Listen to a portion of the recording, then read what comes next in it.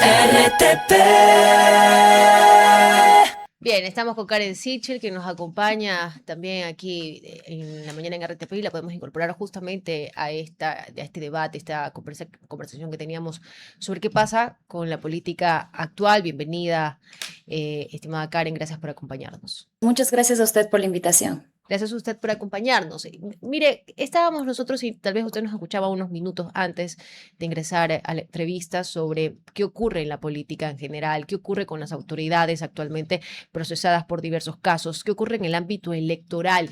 Eh, para usted, hay perseguidos políticos o hay procesos que se han iniciado porque se han venido acumulando ciertas causas o se han venido acumulando atropellos a la normativa o faltas de control por parte de las entidades correspondientes. ¿Cuál es su análisis?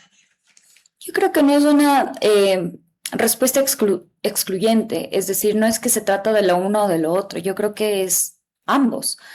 Vivimos en un Ecuador en donde el otro día yo estaba leyendo un libro de Ernest Hemingway y él, al hablar sobre un proceso de bancarrota, le preguntan, es una frase que se ha hecho famosa, le preguntan a uno de los personajes, ¿cómo caíste en la bancarrota? Y él responde, de dos maneras, gradualmente y de repente.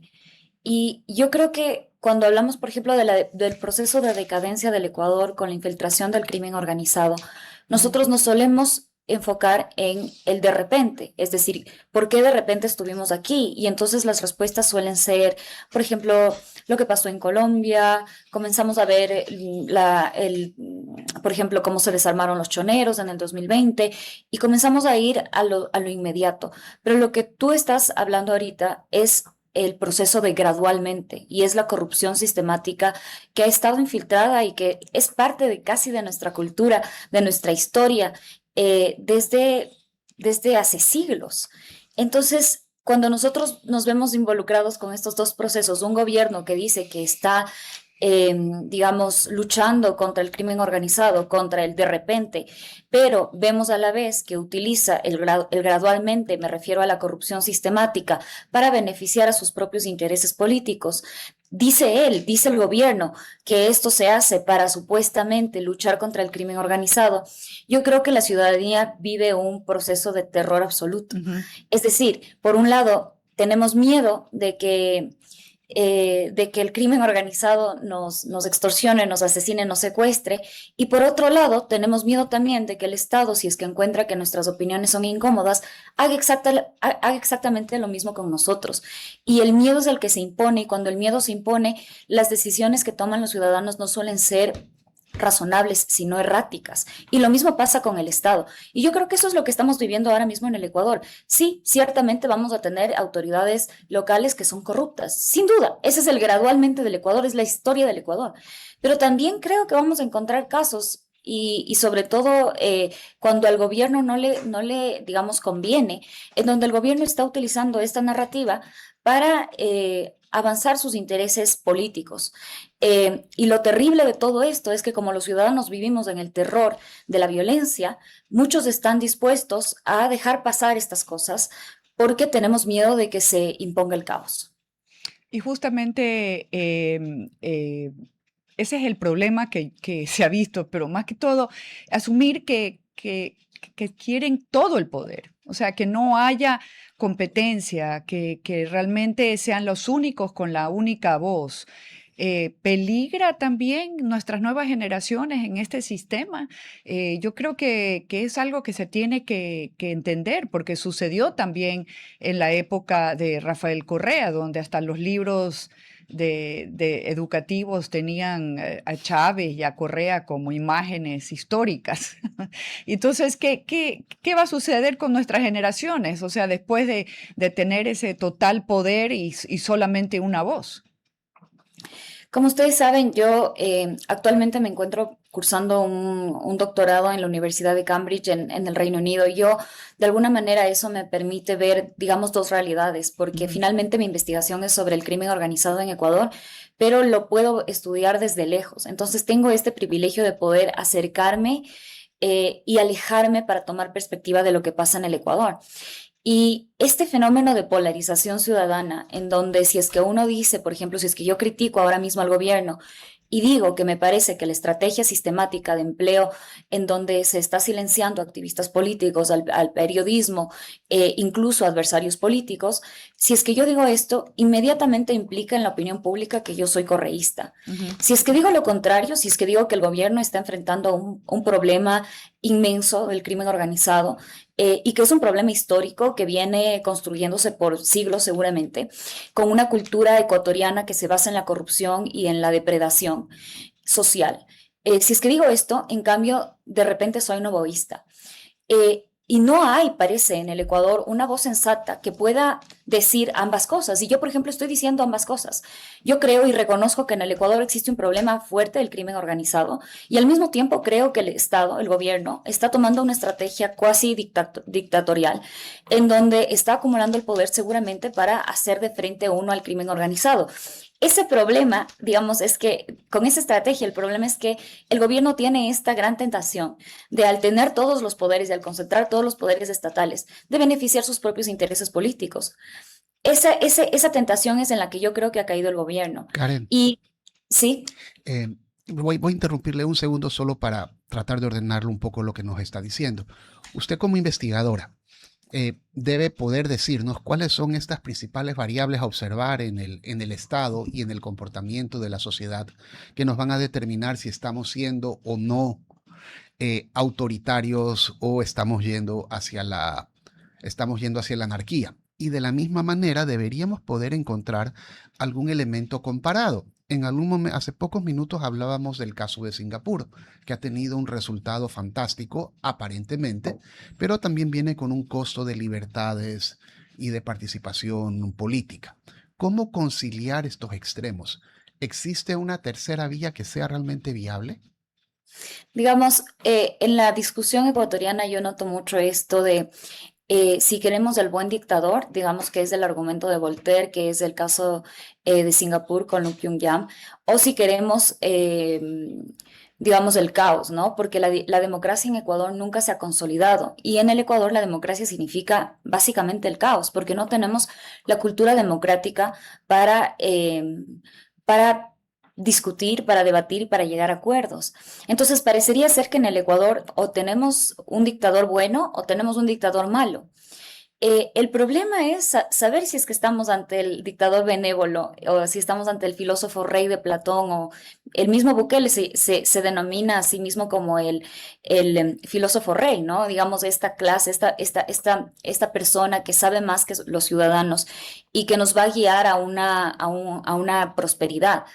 Eh, yo creo que a todas luces, si es que uno analiza lo que está pasando en el Ecuador, nosotros estamos caminando hacia un gobierno más autocrático, en donde los poderes se encuentran consolidados por el Ejecutivo. Y es cuestión no es mi opinión, digamos, analicemos institución por institución, si vemos lo que ha pasado con la función electoral, con el Tribunal Contencioso Electoral, con el CNE, luego si vamos hasta la Fiscalía General del Estado, si vamos al Consejo de Participación Ciudadana, tienen mayoría en la Asamblea Nacional. Entonces, objetivamente, sin tener juicios de valor, nosotros vemos que el gobierno ha acumulado el poder.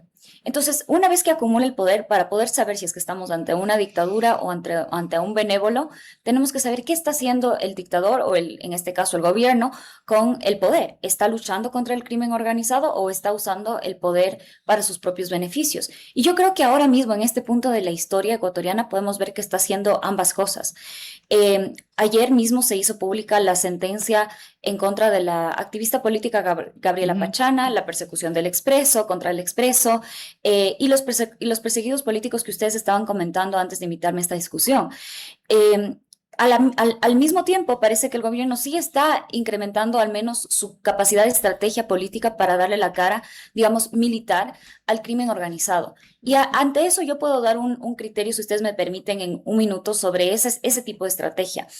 Yo creo que el gobierno, al decirnos que está luchando contra el crimen organizado, está tomando una percepción muy hollywoodense de lo que implica el crimen organizado, en donde se supone que somos nosotros los buenos versus ellos los malos. Cuando uno abre un libro de crimen organizado, comienza a estudiar criminológicamente este fenómeno, Es cuestión de darse cuenta que esto no es así. El crimen organizado no es un grupo definido, no son los lobos, los choneros y las águilas. Ellos son reemplazables.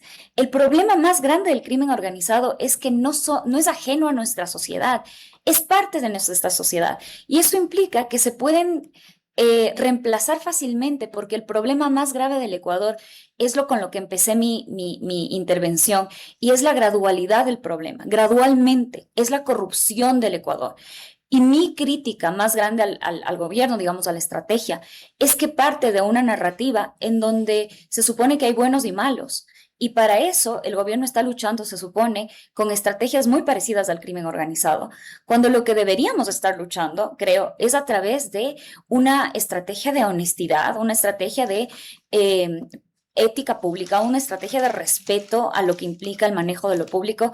Y yo creo que eso no hay ahora mismo en el gobierno, y la dicotomía falsa entre elegir a un dictador y a una democracia es falsa. Yo creo que la única salida a través de la cual nosotros podemos realmente construir paz, realmente construir una sociedad sana, no es a través de elegir un dictador, es a través de construir una democracia en donde realmente se promulgue una cultura de paz y de honestidad. De otra manera, es simple, es lógico.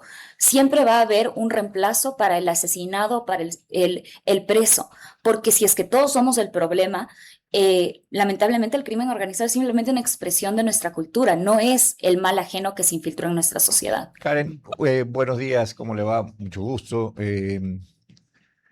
Aprovechando que usted está imbuida en la academia, ¿no? Como nos comentaba hace un momento, creo que dentro de la problemática que estamos viviendo en el Ecuador, ¿no? Que usted la acaba de resumir y seguramente se siente más segura de poder expresar todo lo que nos está diciendo desde la universidad, ¿no? Desde la academia, de poderlo decir aquí en Ecuador. Y le cuento que eso le está pasando no solamente a quienes hacemos opinión, sino también a los políticos, le está pasando a los gremios, le está pasando a la universidad. Entonces, ¿cómo podemos llegar, retomando esos criterios del constitucionalismo, de los padres del constitucionalismo, Madison, Adams, ¿no? Un gobierno de leyes y no un gobierno de hombres, ¿no? Donde se respete el Estado de Derecho, donde se respete la ley. ¿Cómo podemos llegar a retomar esos conceptos? Yo creo que nunca los hemos tenido. Yo creo que en Ecuador el problema ha ido aumentando hasta que llegó la tormenta perfecta, en donde pasó el acuerdo de paz en Colombia en el 2017 y hubo un espacio de poder, y entonces el Ecuador, que hasta ese momento era una tierra de paz, se convirtió en lo que es ahora. No porque de repente pasó un accidente, sino porque nuestra cultura estaba lista, nuestra cultura de corrupción, nuestra cultura en donde no hay respeto a la ley, en donde dejamos nomás que los gobernantes hagan lo que les dé la gana, en donde vemos casos de corrupción a diario, y en donde en la vida diaria nosotros como ecuatorianos no hemos sabido construir una comunidad de respeto y de honestidad y de honor.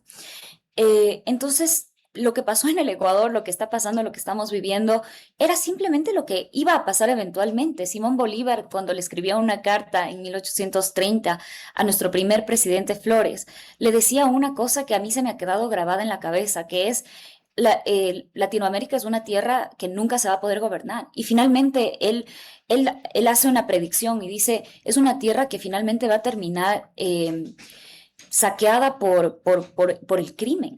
Y yo creo que eso es lo que estamos viviendo ahora. Es como la premonición de Simón Bolívar, en donde él encontró que las personas no teníamos esta capacidad de ponernos de acuerdo. Es decir, imagínense, en 1830 ya había pasado la revolución en Estados Unidos, y ya había habido Madison y Jefferson, ya se había escrito la primera constitución de la democracia liberal moderna. Y en Ecuador nosotros nunca tuvimos ese proceso. En otras palabras, nunca hemos aprendido a ser ciudadanos de verdad cuando vemos que están pasando cosas incorrectas, porque lo que está pasando con la activista política Gabriela Pachana, lo que pasó con Mónica Silva, lo que pasó con El Expreso, la manera y las extrañezas que se están dando ciertos juicios contra ciertos políticos, cuando vemos todo eso, yo entiendo que haya gente que esté cansada de los políticos corruptos y diga: bien hecho. Pero ¿qué pasa si es que el día de mañana somos nosotros? Si es que son nuestras opiniones las que les resultan vuelven incómodas al gobierno de turno. Y si es que nosotros en la historia podemos aprender algo, yo ahora mismo estoy leyendo un libro sobre la dictadura en la República Dominicana con el expresidente Rafael Leonidas Trujillo. Y es cuestión de ver cómo es el miedo a la ciudadanía lo que permite que los dictadores tomen el poder y finalmente a través del poder hagan lo que quieran. Sí, y tendrán excusas. Por ejemplo, en la República Dominicana la excusa de Leonidas Trujillo era precisamente que estaba sacando de la pobreza a la República Dominicana. Aquí nos dicen que nos están librando del crimen organizado, pero yo creo que es cuestión de una lógica y solamente pensar, si es que el Estado puede extorsionarnos, puede violar la ley, puede meternos preso y secuestrarnos, ¿por qué creemos que esa es la vía para salvarnos de la alternativa, que es el crimen organizado, que hace exactamente lo mismo? Y si la historia nos demuestra algo, es que esa nunca es la salida.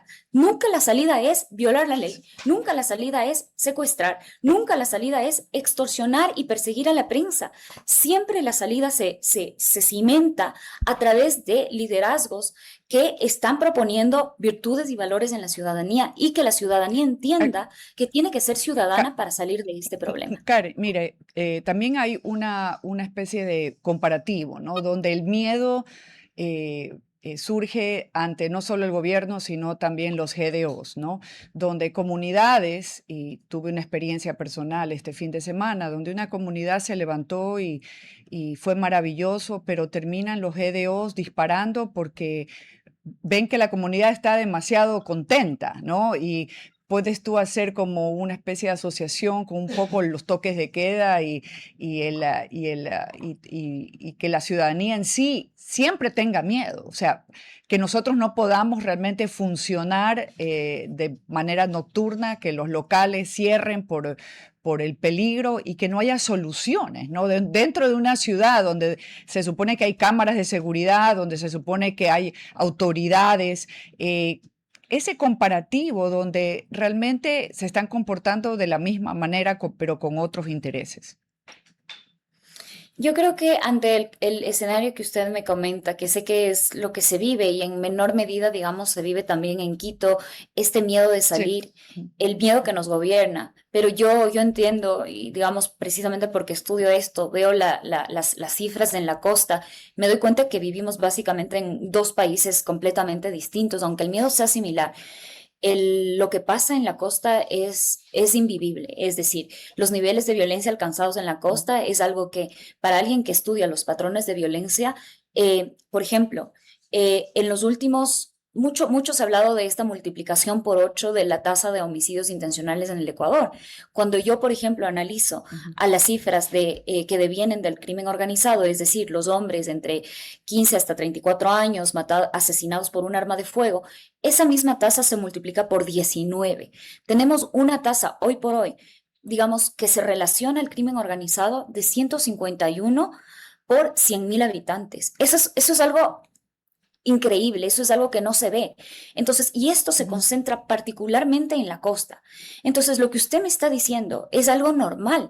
Es decir, la ciudadanía que ve que tiene una capacidad digamos, una probabilidad de muerte tan alta, vive aterrorizada y cuando logra unos momentos de solidaridad, unos momentos de paz, lo que pasa es que el crimen organizado que ya está consolidado a través de la cooperación de políticos, a través de la cooperación de ciudadanos, que eso también es algo, y precisamente es la parte que yo estudio, la cooperación con los crímenes, con las bandas organizadas para que lleguen a tener este nivel de poder.